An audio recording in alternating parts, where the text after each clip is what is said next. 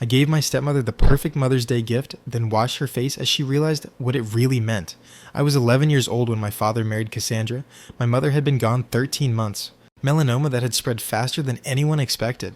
One day, she complained of a headache. 82 days later, I stood at her grave in a black dress with the tag still on. My father waited exactly 1 year to bring Cassandra home. She worked at his investment firm, handling client relations. Perfect teeth, blonde hair that never moved. The kind of woman who wears heels to someone's barbecue. She makes me happy again, my father explained, his voice gentle but firm. I want you to try it, Emily. So I did. I helped Cassandra move, moving boxes of designer shoes into the closet where my mother's gardening supplies used to hang. I nodded politely as she rearranged our furniture, replacing family photos with abstract art that opened up the space. I even smiled when she turned my mother's vegetable patch into a meditation patio because growing your own food is so provincial. For 3 years, I played the grateful stepdaughter. I attended her corporate events wearing dresses she bought me. I tolerated her friends, who gloated over how mature for 14 I was. I hid my grief behind straight A's and fake smiles. My father didn't notice when I stopped laughing, too busy with Cassandra's social calendar and the new clients she brought in, too distracted by their trips together and wine club memberships. And I slept with my mother's sweater under my pillow until it no longer smelled like her. Cassandra tried her own way. She bought me expensive birthday presents, always things she would have wanted herself. She threw lavish dinner parties and introduced me as our daughter to important people who never remembered my name. She even started a student fund for me, making sure everyone knew of her generosity. But when I first got my period, it was Google that taught me what to do. When I had nightmares about my mother's death, it was the family dog that comforted me. The turning point came during my sophomore year. I was cast as the lead in the school play, the first thing I'd been passionate about since my mother died. It opened at the same time as Cassandra's charity gala. You'll have to miss the performance, obviously, she said, still glued to her phone. The Richardsons are bringing their son. He's from Princeton. Connections, Emily. My father started to protest but stopped when Cassandra put her hand on his arm. It's just a school play, he finally said. There will be others. I went to my room and pulled out the antique jewelry box my mother had left me. Inside was her wedding ring, a lock of my childhood hair, and a diary I'd never opened. Too afraid to confront her final thoughts. That night, through my tears, I read it cover to cover. Most of it was what you'd expect, her hopes for my future, the memories she cherished, the advice she couldn't give in person. But the last entry, dated 2 weeks before she died, was different. If you're reading this, Emily, I want you to know about the safe. The key is taped inside the cover. What you find there will change everything. I'm so sorry. The key was small and silver with the name of the bank engraved on it. The next day, I skipped school and went to First National. The manager recognized me. Your mother said you'd come around eventually, he said, leading me to a vault. Inside was a USB drive, several folders of paperwork, and a letter addressed to me, written in my mother's hand. My dear Emily, it began. By now, Cassandra has probably become a fully integrated part of your life. I've known about her for years. I read the letter twice, my hands shaking. My mother had discovered my father's affair with Cassandra 6 months before her diagnosis. She'd hired a private investigator to document everything. Hotel receipts, text messages, photos of them together while my mother picked me up from soccer practice. The investigator's report was meticulous, covering months. There were photos of my father and Cassandra entering hotels in 3 different cities, screenshots of text messages that made my stomach churn. She's taking Emily to her mother's for the weekend. Come over. Can you imagine when we don't have to hide? Sometimes I wish she'd just disappear. The last one was from my dad, sent 4 months before my mom got sick. I flipped through credit card statements showing dinners at restaurants I'd never heard of, on nights my dad claimed to be working late. Gift receipts for jewelry that never made it to my mom's dresser. A lease for a downtown apartment that didn't appear in our family records, but there was more. The files contained financial records showing that my father and Cassandra had been systematically moving funds from my mother's family trust, money intended for me, into offshore accounts. They had been planning this for years, biding their time. My mother's family had built one of the city's largest investment firms over 3 generations. When she married my father, he was just a promising advisor with ambitions. She had brought him into the company, mentored him, helped him become a partner. The trust was her family's legacy, and I was to be its future. I found detailed spreadsheets tracking millions moved through shell companies, fictitious client accounts, and manipulated investments. The money passed through a dozen countries before disappearing into numbered accounts. My father's signature was on every important document. Cassandra's on most of them. Worst of all, the medical record suggested that my mother's sudden decline might not have been so sudden. Strange test results, unusual prescriptions, toxicology reports she'd ordered privately when she suspected something was wrong. I started feeling ill after our anniversary dinner, my mother wrote. Just tired at first, then progressively worse. Doctors couldn't explain my symptoms. When I started keeping records, I noticed that I only felt ill after meals that Thomas cooked especially for me. There were lab reports from hair samples showing elevated levels of heavy metals consistent with long-term poisoning. Test results from food samples from our home, and notes from 3 different medical specialists who all noted the unusual course of her symptoms. I can't prove anything, Mom wrote, and by the time you read this, it won't matter to me. But I couldn't leave you unprotected. The last page of her letter detailed her counterplan, a second secret trust she'd set up in my name, a house and business I thought my father ran that had technically belonged to me when I turned 18. Mom had changed her will 2 weeks before she died. Working with lawyers my father didn't know existed. I have made sure that what is rightfully yours remains yours. She wrote, the trustees will contact you automatically on your 18th birthday. But if you find this letter before then, you can contact them using the information in the enclosed envelope. They are ready when you are. I sat in a private room at the bank for hours, soaking it all in. When I finally emerged, I had changed. The grief and confusion that had defined me for 3 years had crystallized into something more solid, something focused. I didn't confront my father right away. I didn't run away or call the police. I did something far more frightening. I became the perfect daughter. For the next 2 years, I played my part flawlessly. I excelled in school, joined the clubs Cassandra recommended, attended every soporific corporate event. I wore the right clothes, said the right things, and never, ever let them see that I knew. At night, I meticulously documented their ongoing schemes. Every time my father mentioned a difficult client or a convoluted investment strategy over dinner, I researched the companies involved, tracking the money through their maze of shell companies. I created my own spreadsheets, building on my mother's work. My room became my command center. I installed a hidden safe behind a bookshelf where I kept copies of everything. I recorded conversations over family dinners, the business discussions they had when they thought I wasn't listening. I photographed documents my father brought home and carelessly left on his desk, trusting that his 16-year-old daughter would never understand their significance. 6 months after I found my mother's letter, I felt ready to contact her trustees. The envelope contained 3 business cards, a forensic accountant, a lawyer who specialized in financial crimes, and a retired judge who had been best friends with my father. I met them at the judge's house on a Saturday when I was supposedly on debating practice. I told them everything over the phone, but seeing their faces as they looked at the actual evidence was different. The accountant closed his eyes briefly as he took in the scale of the fraud. The lawyer cursed under his breath. The judge looked at me with a mixture of sadness and cold anger. Your mother was one of the most wonderful people I've ever known, he said. What do you want to do, Emily? I pondered my options for months. I could expose everything immediately, sending my father and Cassandra to prison. I could flee until I turned 18 to collect my inheritance. I could confront them, causing a painful showdown. Instead, I chose the path my mother had begun, methodical, precise justice. I want to learn everything, I told them. About business, about finance and law, and how to run a company. I want to be ready when I pay it all back. The judge nodded, unsurprised. Your mother said you would. She left instructions for us if you chose this path. For the next year and a half, I lived a double life. At home and at school, I was the perfect, gifted daughter Cassandra could brag about at parties. But 3 nights a week, I slipped away to study groups and volunteer work that were really intensive training sessions. With my secret team, an accounting expert taught me how to read financial statements, spot fraud, and understand the complex web of deals that supported the family business. A lawyer educated me on corporate law, contracts, and the specific legal frameworks that would eventually allow me to seize control. The judge introduced me to his contacts in banking, investing, and regulatory agencies, people who respected Mom and were outraged by what had happened to her company. Meanwhile, I worked with Mom's lawyers, putting everything together, the trust, the evidence, the plan. I graduated high school at 16, a year early. Dad and Cassandra were thrilled. Their child prodigy admitted early to Yale on a full scholarship. They didn't know I was also studying business and finance online, learning all about Dad's company, the accounts they thought were hidden. We're so proud of you, Dad said at my small graduation party. Just family and a few of their close friends. Nobody from my school, nobody who really knew me. You've exceeded all of our expectations, Cassandra added, putting her arm around my shoulder for the photographer they'd hired. Early admission to Yale. The board is already thrilled about your future at the firm. I smiled and thanked them, knowing that in less than 2 years I would own that board. The summer before college, Cassandra announced that she wanted to formally adopt me. You're my daughter in every way that matters, she said, touching my cheek over lunch at her favorite overpriced restaurant. Let's make it official before you go to college. I studied her face, searching for some sign of genuine emotion. There was a tension around her eyes, a calculation in the way she glanced at Dad before looking back at me. It wasn't about love.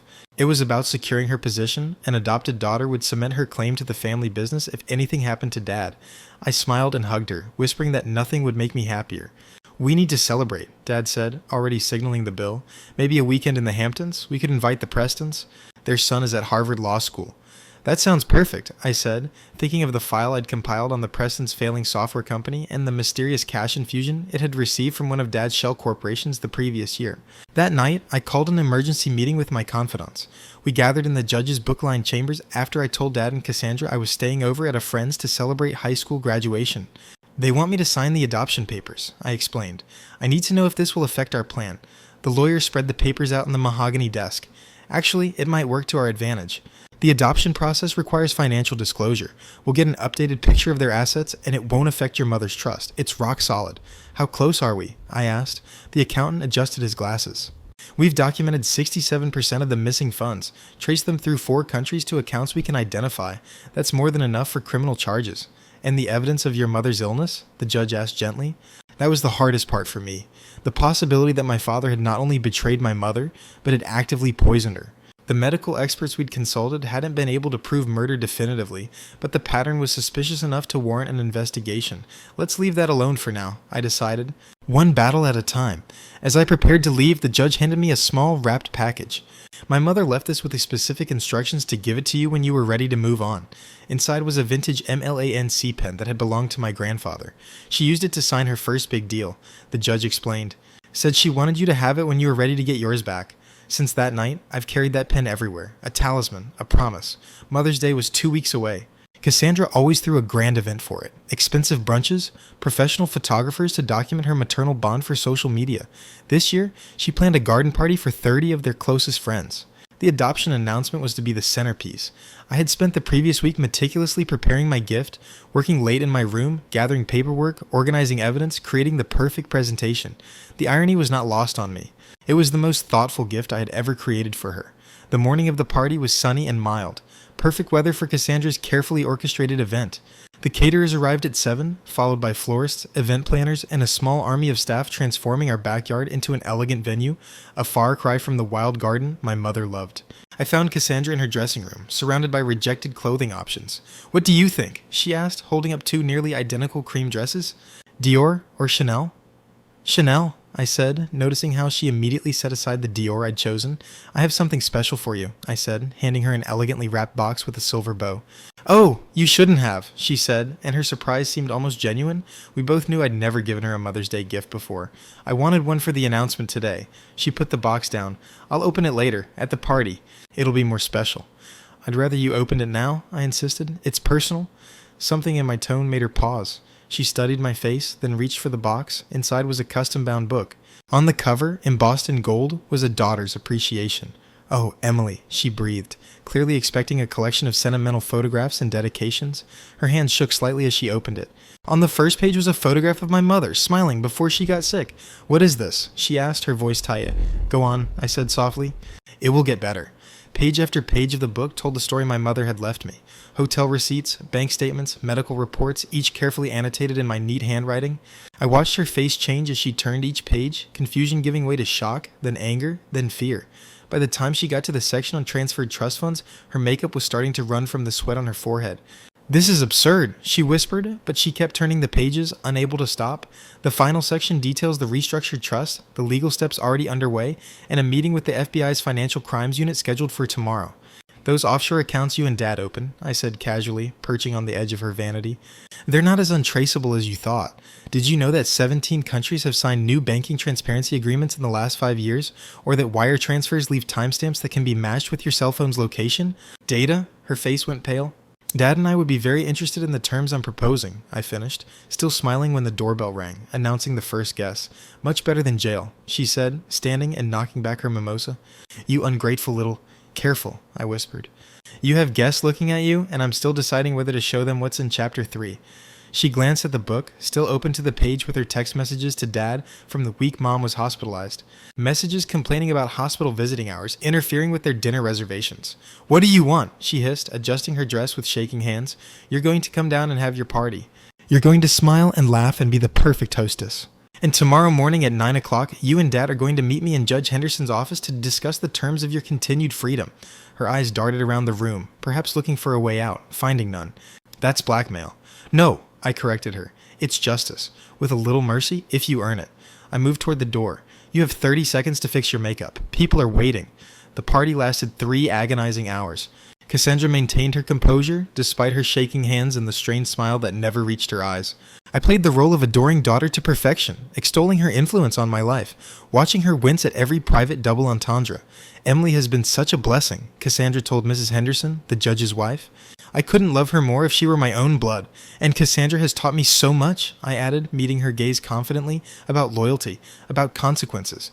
Mrs. Henderson looked at us, sensing the subtext but unable to define it. Well, you're obviously a wonderful match. Dad texted that he was late from golf.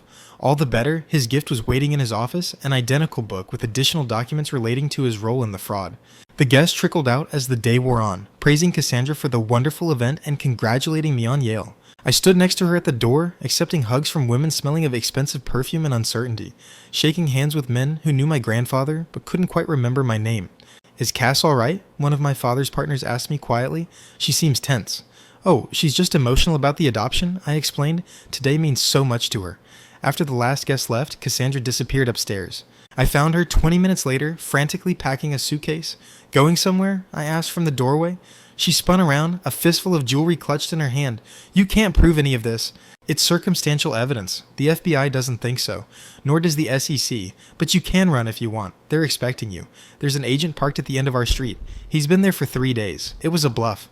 The authorities weren't involved yet. It was part of my negotiating leverage. But Cassandra didn't know that. She sank down on the bed, a half-packed suitcase next to her.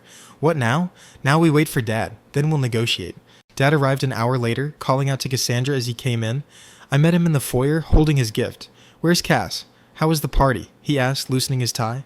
She's upstairs, and I think you should open this first. I watched the same sequence of emotions pass over his face as he leafed through the evidence. Unlike Cassandra, he was completely silent, his lawyer training kicking in, even in shock. When he finally looked up, his expression was unreadable. Where did you get all this? My mother left it for me, with instructions.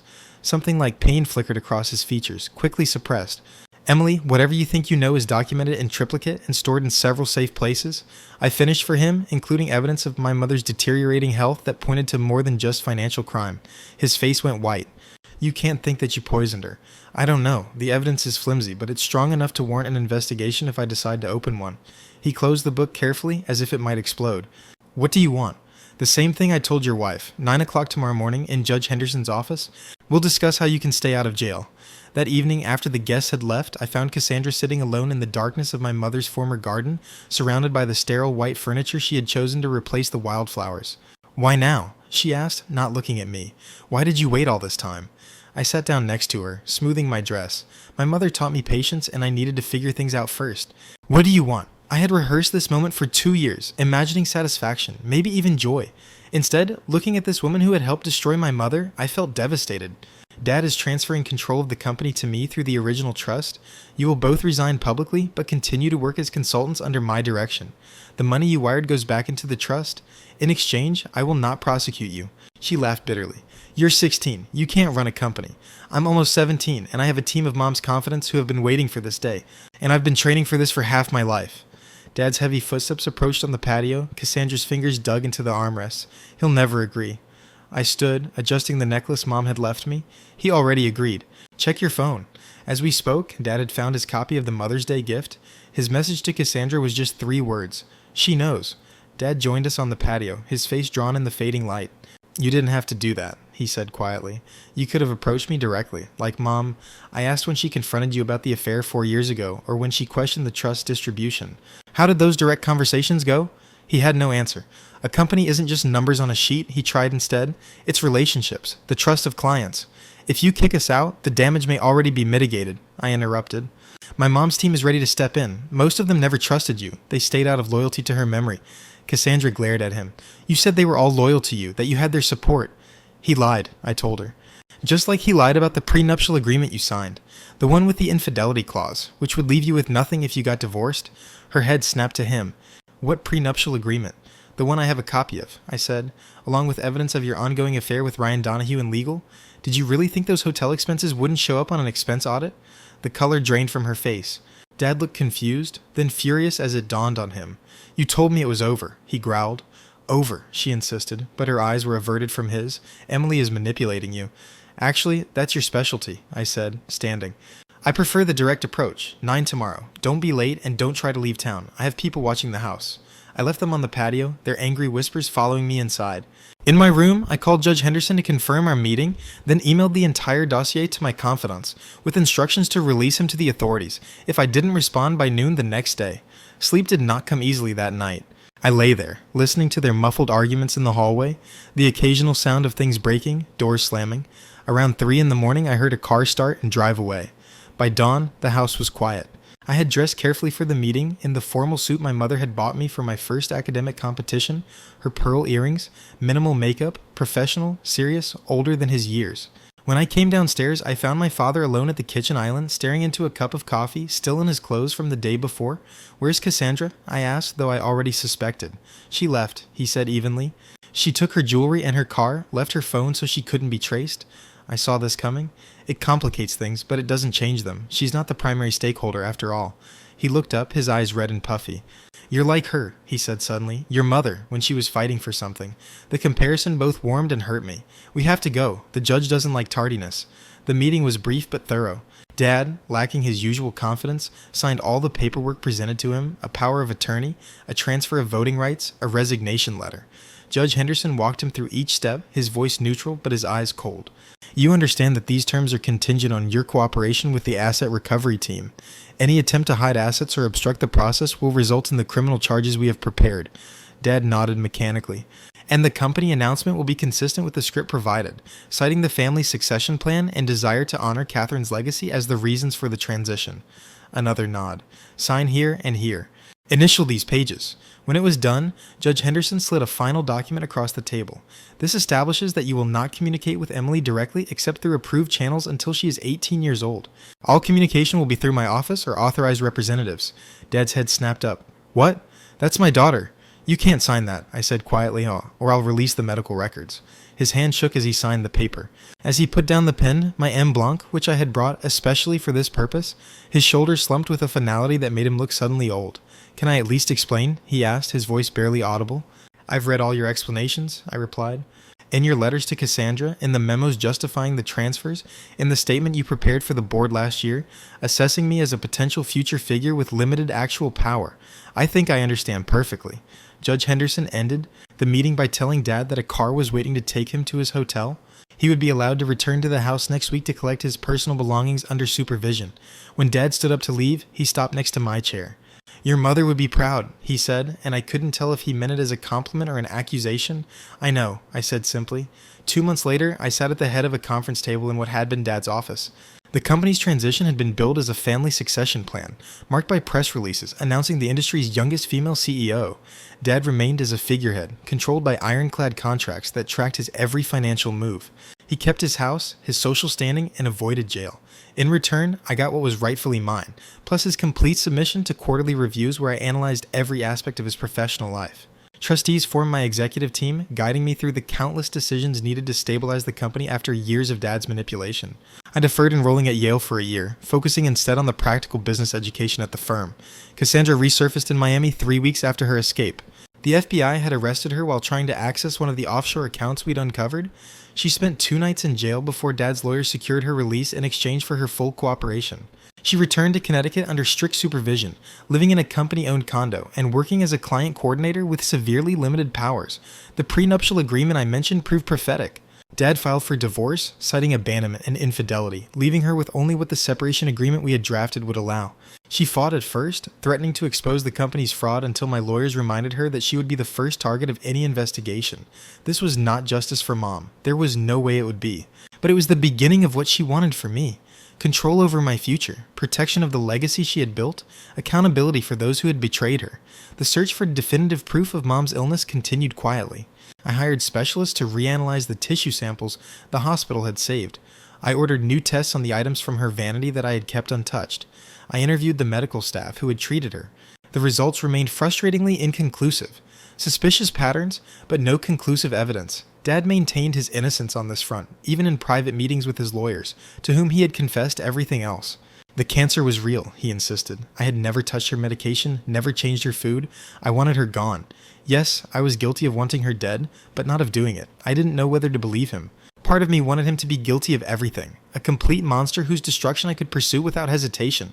Another part of me desperately wanted that one line to remain uncrossed, to preserve some tiny fragment of the father I had once loved. The company was thriving under new management. We had unraveled Dad's complex schemes, recovered much of the diverted funds, repaired the client relationships his detours had damaged. I was working 16-hour days, sleeping on the couch in the office more often than I was at home. At home. Home no longer felt like home. I sold it 6 months after taking over and moved into a downtown apartment within walking distance of the office. Dad had moved to a smaller house in the suburbs, stripped of his country club memberships and most of his social circle, when a carefully worded but transparent statement from the company made it clear he was being forced out. Last week, I visited Mom's grave for the first time since I read her letter. I did what you asked. I told her, laying wildflowers at the stone, "The company is safe, your legacy is protected. Too bad you can't see it." As I turned to leave, I noticed a familiar figure watching from a distance, Cassandra, holding a small bouquet. Our eyes met across the cemetery. She didn't approach, but nodded once before she left. Some lessons take years to learn. Some gifts continue to give joy long after they have been opened. Every Mother's Day since then, I send Cassandra the same thing. One photo of my mom, smiling in her garden, with a note that says, "Thinking of you today." She never writes back, but I know she understands. It's the only language we have left.